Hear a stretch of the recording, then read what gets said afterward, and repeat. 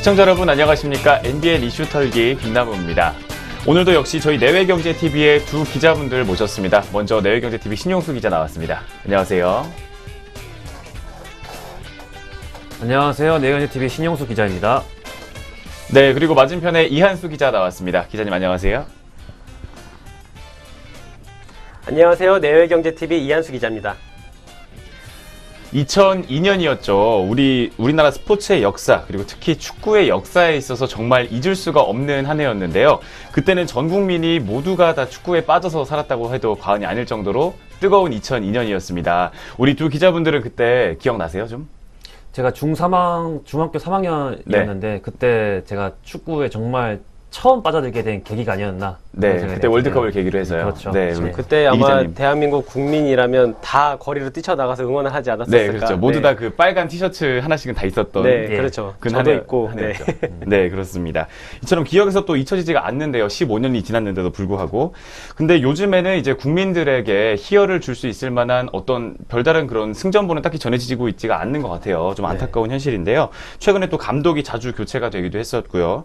그래서 과연 우리나라 축구, 특히 대표팀이 앞으로 어떻게 헤쳐나가야 할까? 이 문제에 대해서 오늘 두 기자님들과 함께 조금 이야기를 나눠보도록 하겠습니다. NBN 이슈 털기 지금 출발합니다.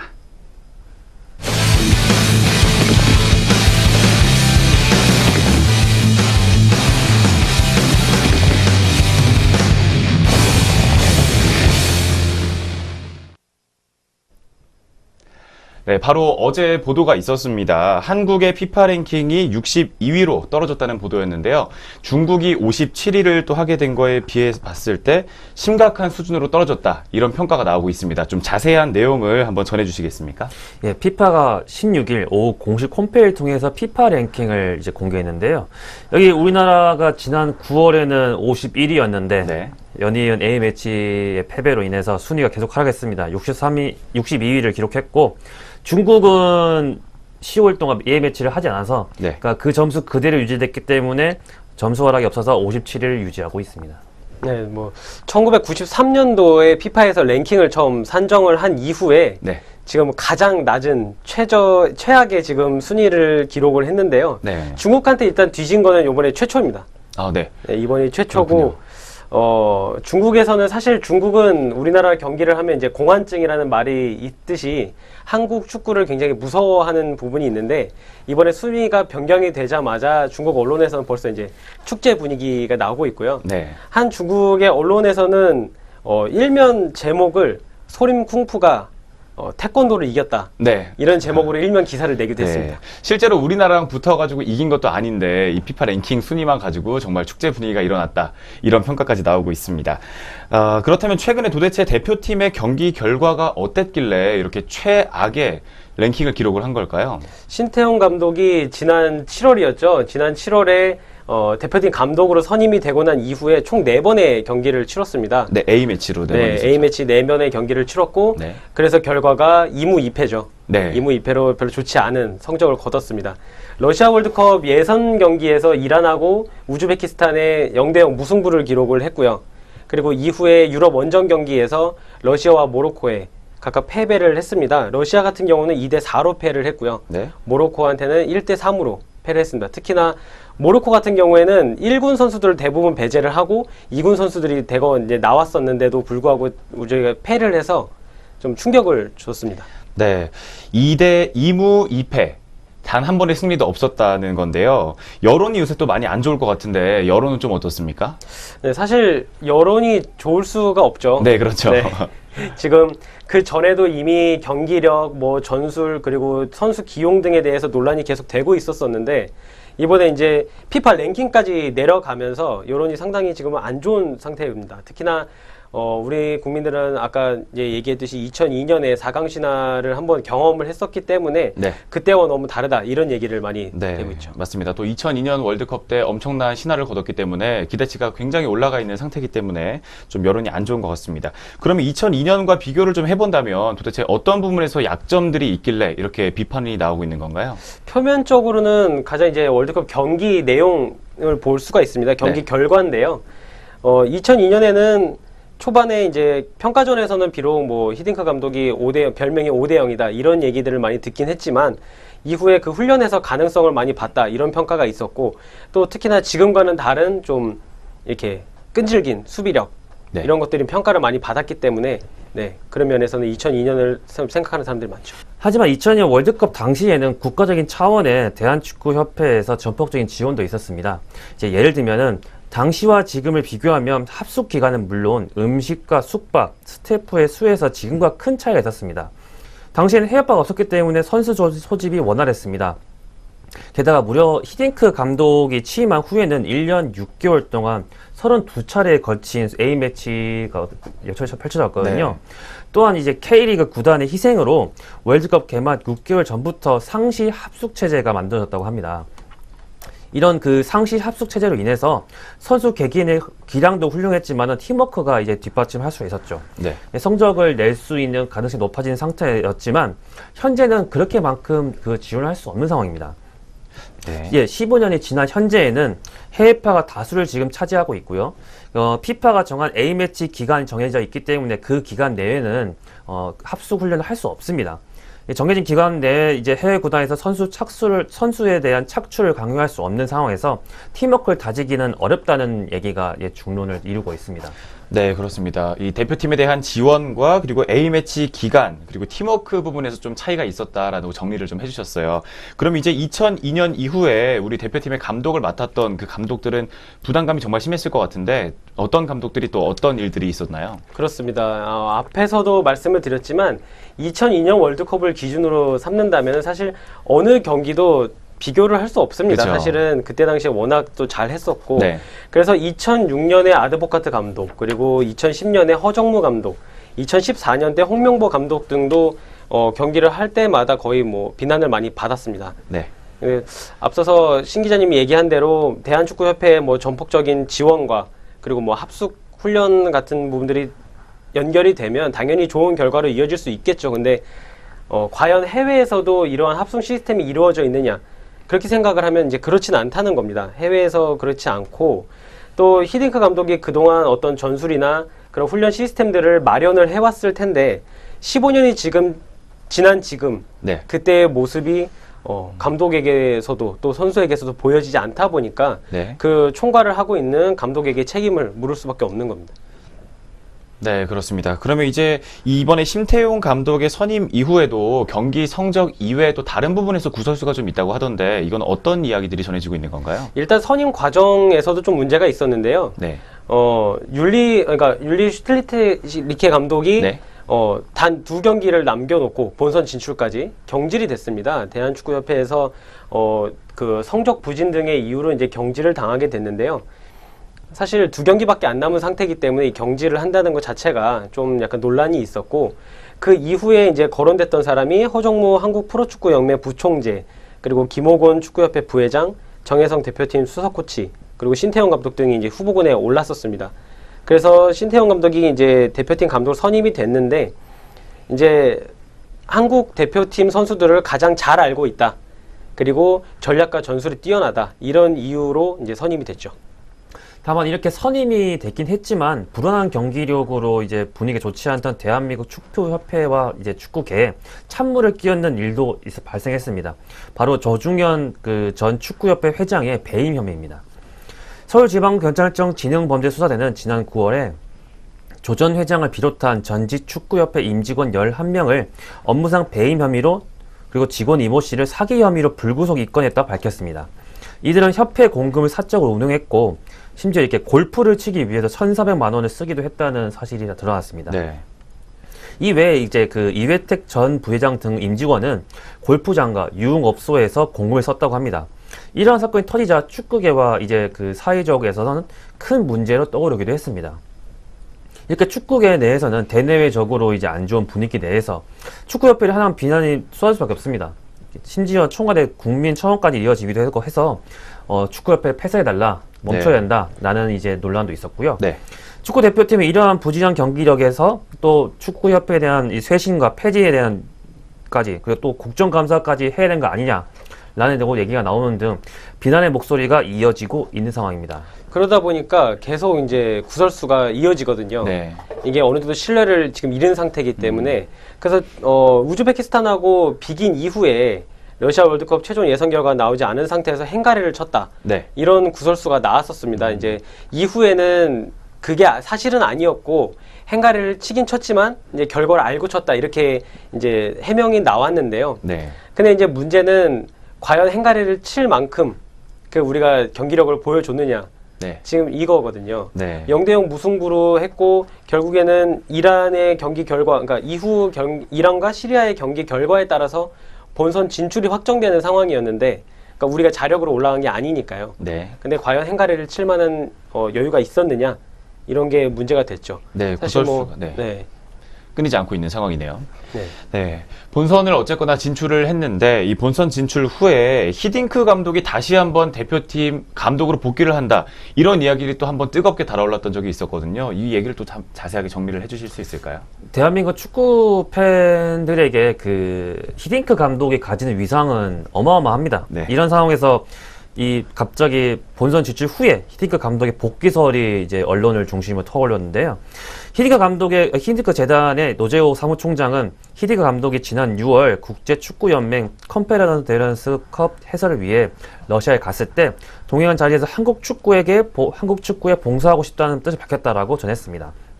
이에 다수 축구 팬들은 열정적으로 복귀설에 대해서 환호했습니다. 그러나 축구협회 같은 경우에는 저렇게 찬성을 하지 않았습니다. 또 네. 심지어 우리가 다 알고 있을 법한 선수들 중에 몇 분도 히딩크 감독을 데리고 오는 것을 반대한 선수들이 있거든요. 네. 그래서 축구계는 현재 이제 신태용 감독이 대표팀을 맡고 있고 그리고 여론에 밀려서 이를 교체하면 안 된다 이런 주장을 폈습니다. 김호곤 기술위원장 같은 경우에는 신태용 감독과 이제 선수들이 하나로 뭉쳐지고 있고 그렇게 해서 월드컵 최종 예선을 통과를 했는데 왜 감독 교체 얘기가 나오는지 이해를 하지 못하겠다 이런 발언을 했습니다. 그리고 협회 입장에서는 좀 불쾌하고 어처구니가 없다 이렇게 좀 강력하게 얘기도 했고요. 네. 신태용 감독 역시 히딩크 감독이 직접 한 얘기는 아닐 거라고 생각을 한다 이러면서 그게 아니다 이런 얘기를 했습니다. 이렇게 논란이 계속되다 보니까 히딩크 감독은 직접 해명을 했습니다. 지난 14일 네덜란드 암스테르담에서 공식 기자회견을 열고 한국 축구를 위해 어떻게든 기여할 용의가 있다고 말했습니다. 이후에 축구협회는 히딩크 감독과 접촉했고 히딩크 감독은 대표팀의 기술 고문 역할은 사양하고 비공식적으로 돕기로 결정했습니다.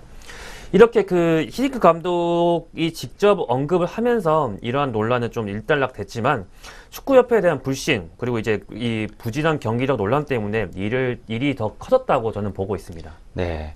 이 신태용 감독을 이제 얼마 되지도 않았는데 끌어내리냐 마느냐 이런 얘기들이 오가고 있는 것 같은데요. 그러면 감독 말고 선수들은 좀 어떤 구설수에 휘말린다거나 이런 거는 좀 없었습니까?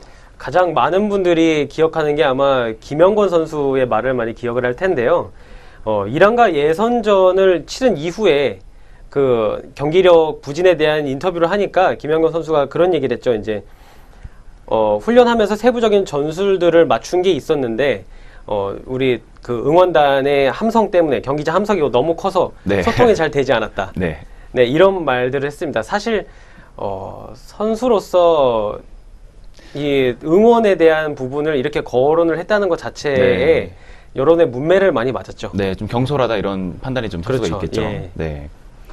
그 외에도 이제 수비수로 뛰었던 러시아전에서 수비수로 뛰었던 김주영 선수가 한동안 며칠 동안 이렇게 검색 사이트에서 검색어 1위를 장식했습니다. 네. 좀 되게 충격적이긴 한데 이 러시아 경기에서 후반 10분과 11분, 그러니까 한 110초 정도 되는데 연속으로 자책골을 넣었습니다. 네. 이제 저도 그 경기를 보고 있는데 좀 어처구니가 없는 면도 있고 뭐 감안할 수 있는 부분도 있다고 생각하지만 네. 큰 충격을 이렇게 좀 국민에게 줬는데 게다가 이 선수도 이 중국 리그에서 뛰던 선수다 보니까 일종의 중국화 논란 네. 또 이렇게 제기되고 있었습니다. 여기서 이제 또 신태용 감독이 부진한 경기력을 보이고 있던 김주영 선수를 교체하지 않은 점에 대해서 이해하기 어렵다는 축구 팬들의 반응도 있었습니다. 다만 이제 자책골 2골 기록했다고 해서 선수를 교체를 하는 거는 이제 그 감독의 재량입니다. 이 상황에서 감독이 이 선수를 교체하느냐 안 하느냐 그리고 이제 그 선수를 계속 뛰게 하면서 그런 심리적 압박을 이겨낼 수 있게 하느냐, 그거는 감독의 선택이기 때문에 이걸 이래라 저래라 할 수는 없는 것 같습니다. 이 구설수가 사실 선수들한테는 좀 나올 수도 있거든요. 경기 이후에 그 부족한 경기력에 대해서 자신들이 좀 자책을 할 수도 있고 네. 거기에 대해서 좀 이렇게 울컥한 심정의 말을 세게 할 수도 있지만 신태용 감독 같은 경우는 사실 말을 굉장히 잘 해야 하는데 네. 요번에 또 하나 문제가 됐었죠. 모로코전 이후에 의외로 경기력이 너무 떨어져서 보고 있는 나도 깜짝 놀랐다. 네. 이런 얘기를 감독이 했단 말이에요. 네. 국민들은 얼마나 깜짝 놀랐겠습니까? 그렇죠. 네. 그 보는 국민들도 굉장히 놀랐을 거고 네. 그 감독 입에서 이게 나왔다는 거가 어떤 뜻으로 한 말인지 모르겠으나 네. 네, 듣기에는 이렇게 썩 좋은 말은 아니었던 것 같습니다. 네, 그렇습니다. 이제 감독부터 해서 김영권 선수 그리고 김주영 선수의 구설수에 오른 말들까지 한번 들어봤습니다. 그러면 이번에 이제 신태용 감독의 능력 좀 진단을 해봐야 될 것 같은데요. 앞으로 이제 러시아 월드컵이 남아있지 않습니까? 이 능력은 어떻게 좀 판단을 하고 계십니까? 예, 먼저 그 성남 1화 천마의 감독을 맡으면서 얘기를 드려보겠습니다. 당시에는 리그 우승과 아시아 챔피언스 리그에서 탁월한 성적을 보이기도 했는데, 근데 이렇게 성적만 K리그의 성적으로 봤을 때는 명장급으로 볼 수도 있습니다. 다만 이제 성남 사태 후에는 U23, U20 감독을 포함해서 대표팀 코치로 정향을 해서 감독 커리어를 꾸준히 쌓아줬습니다. 이 신태용 감독의 축구를 보고 있다 보면은 공격 축구를 신봉하고 네. 원터치 패스 플레이를 통해서 공격 전개를 한다는 전술적 특징이 있습니다. 또한 이런 공격 축구뿐만 아니라 토너먼트 경기에서 상대에 맞춰서 유연하게 전술을 운영할 수도 있다는 장점도 갖고 있습니다. 다만 이렇게 현재 우리 축구 대표팀의 선수진을 봤을 때 신태용 감독이 원하는 전술이 가능하겠냐는 질문도 있습니다. 신태용 감독이 원하는 축구를 하기 위해서는 테크닉이 강점인 선수가 필요한데 구자철 선수를 제외하고는 그러한 선수가 있겠느냐라는 지적도 함께 진행되고 있습니다. 근데 사실 신태용 감독 같은 경우 뭐 개인적인 역량으로 봤을 때는 지금 신 기자님 말씀하신 대로 뭐 U20은 월드컵 16강에 올려놨고 네. 또 아시안컵 같은 경우는 준우승이라는 좋은 결과를 낳았습니다. 근데 한국 축구를 누구보다 잘 알고 있고 또 전술적인 면이 뛰어나기 때문에 선발된 감독이 지금 또 특히나 대표팀 코치를 계속 맡았었잖아요. 네. 그러다 보니까 이런 감독이 계속해서 미흡한 경기를 낳고 있다. 이 점은 좀 생각을 해봐야 됩니다. 특히나 히딩크 감독 같은 경우는 1년의 준비 시간이 있었지 않았느냐 이런 목소리도 있는데요. 그때 당시에는 물론 1년이란 기간이 있었지만 한국 선수들에게 적응할 시간도 있어야 됐고 네. 또 한국에서 경험하지 못한 전술을 펼쳐야 되기 때문에 선수들에게도 좀 적응 기간이 필요했던 거라고 생각을 했고요. 신태용 감독 같은 경우는 그런 면에서 훨씬 나은 조건이죠. 네. 히딩크 감독에 비해서는 더 낫고 또 논란이 되고 있는 수비 문제나 선수 기용 또 그런 문제들은 타 리그를 하면서 또 계속 논란이 됐던 부분이기 때문에 이 점을 충분히 보완할 시간이 있지 않았나 저는 그렇게 좀 생각을 합니다. 네, 방금 이한수 기자께서 수비 문제 그리고 선수 기용과 관련된 문제를 좀 짚어주셨는데요. 좀 구체적으로 생각을 해본다면 어떤 부분들이 있을 것 같습니까? 좀 더 자세하게 공격수 먼저 말씀을 드리겠습니다. 네.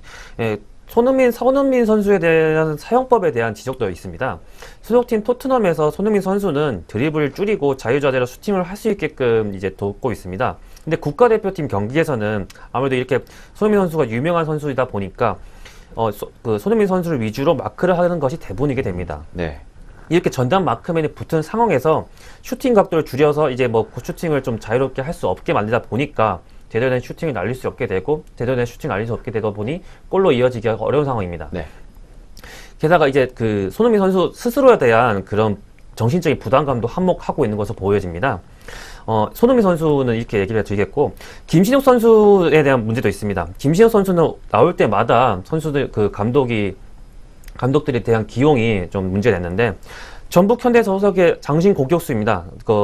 제공권과 슈팅력이 뛰어나고, 능력도 대단하다고 평가하고 있는데, 다만 국대만 나오면은 이제 그런 부족한 크로스 실력과 함께 제대로 기용하기 어렵다는 평가입니다. 좋은 옵션으로 선택할 수는 있겠지만 주전으로 쓰기는 어렵다는 점, 이것을 어떻게 활용할지가 앞으로 신태용 호의 그런 과제라고 생각됩니다. 네.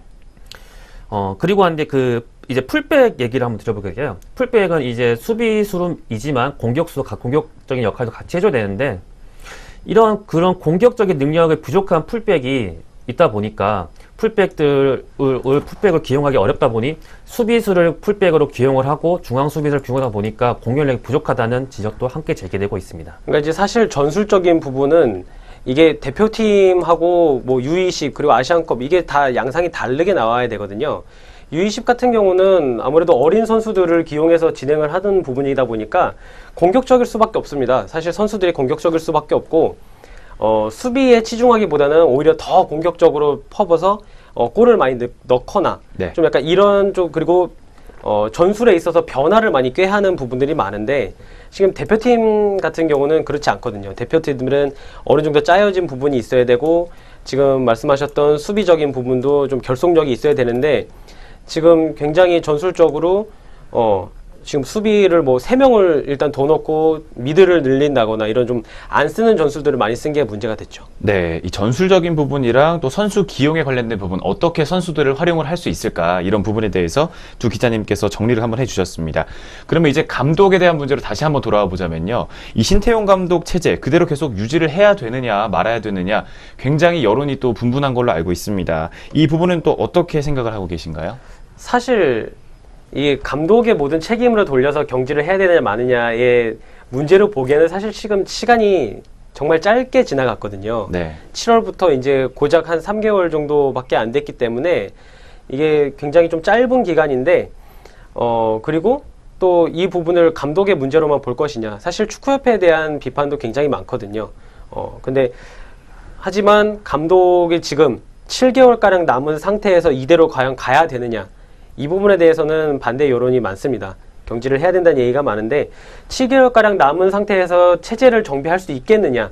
과연 지금 심태영 감독이 그런 마음가짐을 가지고 있느냐. 이게 좀 문제가 될 것 같아요. 인터뷰 내용 같은 걸 보면은 좀 구설수도 많이 나오고 네. 그러다 보면은 정말 7개월 동안의 시간 동안 많은 변화를 줄 수 있을까. 여기에 대한 국민들의 신뢰도도 지금 많이 떨어진 상태고 네. 또 앞서 여러 리그를 통해서 제기된 문제점들이 해결되지 않는 모습들을 보이다 보니까 또 그게 좀 논란이 되고 있습니다. 히딩크 감독 같은 경우는 선수 선발 과정에서도 좀 파격적이었잖아요. 네, 그렇죠. 이제 나름 한국에서는 좀 내놓으라는 선수들을 기용을 안 하는 경우 또 자기 입맛에 훈련에 잘 따라오는 선수들을 대거 고용을 해서 그 선수들을 키워주는 모습들이 많이 보였었는데 그런 강단 있는 감독으로 좀 바뀌어야 되지 않을까. 네, 그런 의견들이 많이 나오고 있습니다. 네. 이제 이한수 기자께서 이렇게 말씀을 하셨던 것 중에서 저는 신태용 감독뿐만 아니라 축구협회의 문제를 잡아야 되는 거 아닌가. 저는 그런 부분에 대해서는 적극적인 동감을 하고요. 아무래도 이제 축구협회 회장이랄지 아니면 이제 기술위원장이라고 할지 그들에 대한 그 책임론이 없이 바로 신태용 감독에 간다. 라고 얘기하면은 신태용 감독이 지금 맡은 지 얼마 되지도 않았는데 네. 이 감독에게 지금 벌써 사퇴해야 된 거 아니냐, 교체된 거 아니냐, 라고 얘기를 하면은 축구협회 스스로도 임명을 했는데 여론에 의해서 바꿔진다. 네. 이제 또 그 실력이 없다는 것이 뭐 지적이 됐다고 해서 교체된다. 라고 얘기하면은 이 축구협회 자체뿐만 아니라 축구계 전체에 대해 보는 팬의 입장에서도 네. 예, 흔들릴 수밖에 없는 문제라고 좀 지적이 됩니다. 네, 신뢰가 많이 떨어질 수 네, 있는 부분이겠죠. 그렇죠. 국민들, 축구 팬들도 그렇고요. 네, 그렇죠. 근데 아무래도 이 부분이 굉장히 기간이 짧다 보니까 좀 그러니까 신 기자님 말하는 의견도 맞지만 또 너무 짧기 때문에 지금 당장 빨리 판단을 해야 되겠다. 약간 이런 의견도 있거든요. 네. 그래서 제가 이제 조사를 하다 보니까 좀 재미난 내용이 있었는데, 신태영 감독 이름으로 이제 역술 점을 본 그 얘기가 좀 나왔습니다. 그래서 내용을 보면은, 안 좋은 영향이 많기 때문에 내년 월드컵에서 신 감독의 뭐 지도력이나 용병술, 전술에 전혀 먹혀들지 않아서 어려운 시합을 하게 될 것이다. 네. 그리고 대한축구협회와 한국 축구 팬들의 기대감에 중압감을 이기지 못한 채 졸전으로 치를 전망이다. 네. 그래서 2022년 카타르 월드컵에서 감독을 맡았다면 어땠을까? 네. 이런 내용이 좀 나온 것도 있었습니다. 네. 이제 물론 뭐 이제 역술 같은 경우는 이제 뭐 재미로 뭐 봤다고 저도 생각은 하는데 네. 일단 근데 아예 이게 무시할 수 없다는 게 2022년도 한 카타르 월드컵에서 대표팀을 맡았다면 어땠을까라는 거. 저는 이제 신태용 감독이 밟았던 이런 그 루트랄지 네. 지금까지 보였던 실력을 생각했을 때 2018년 월드컵에서 맡기보다는 2022년도에서 천천히 맡는 게 아무래도 이 대표팀의 선수 교체랄지 감독 교체에도 좋지 않았을까라는 생각이 좀 들고요. 네. 네. 이게 뭐 일단 역술인데도 불구하고 지금 잘 꼬집었다고 생각이 이제 드네요. 네. 그러네요. 예. 네. 네, 그렇습니다. 이제 대표팀 문제에 있어서 감독과 관련된 부분, 그리고 선수들의 문제와 또 축구협회에 관련된 문제까지 한번 짚어주셨습니다.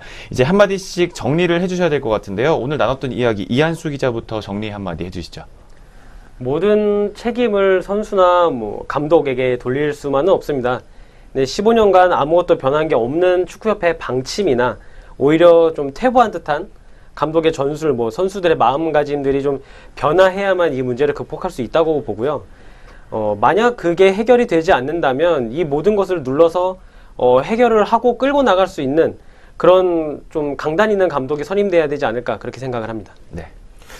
한국 축구 국가대표팀에 대한 국민들의 기대는 클 수밖에 없습니다. 저도 당장 저만 해도 이제 2002년도 월드컵에서 그만큼 성과를 거뒀기 때문에 축구팬이 됐고 축구에 대한 기대감이 있는데 네. 그만큼 성과를 기대한 것에 대한 기대감이 있을 수 있죠. 다만 이제 2002년도 성과는 벌써 15년 전의 일이 됐는데 그때만큼의 성과를 거두기는 현실적으로 어렵습니다. 선수진, 코치, 지원, 감독도 그때와는 현격한 차이가 있기 때문인데 그렇다면 지금의 현 성적을 어느 정도 받아들이고 그거를 이제 응원하는 것도 우리 축구 팬들의 한 방법이라고 생각됩니다. 당장 성적이 좋지 않아도 꾸준히 성장할 가능성, 우리 축구 대표팀의 성장 가능성을 키워주는 것이 우리 그 하나의 방법이 아닐까라는 역할이 아닐까라는 생각이 듭니다. 네, 두 기자분들의 정리 말씀까지 한번 들어봤습니다. 이번 어제 발표됐던 이 랭킹은요, 2018년 러시아 월드컵의 조편성에 굉장히 큰 영향을 직접적으로 미치게 된다고 합니다. 일각에서는 이미 우리나라가 내년 월드컵에서 3그룹이 아니라 4그룹에 속하게 될 것이라는 게 기정사실화됐다. 이렇게 입장을 밝히고 있고요. 이런 상황 속에서 신 감독은 앞으로 남은 시간을 내년 월드컵에 오로지 집중을 해서 모두 쏟아붓겠다. 이렇게 밝힌 상황입니다. 이제 우리나라에서는 축구에 대한 특히 다른 스포츠들도 굉장히 인기가 많지만 축구에 대해서 굉장히 국민들의 그런 기대가 큰데요. 이 관심이 큰 만큼 대표팀에게는 큰 부담으로 작용할 수 있을 것 같다는 생각이 또 들었습니다. 선수들과 팀을 위해서라도 그리고 우리 축구 팬들을 위해서라도 조금 더 승전보가 좀 날아들었으면 좋겠다라는 기대감을 심어봅니다. 저희는 다음 주 수요일 오전 11시 25분에 더 뜨거운 이슈 들고 찾아뵙도록 하겠습니다. 시청해주신 여러분 고맙습니다.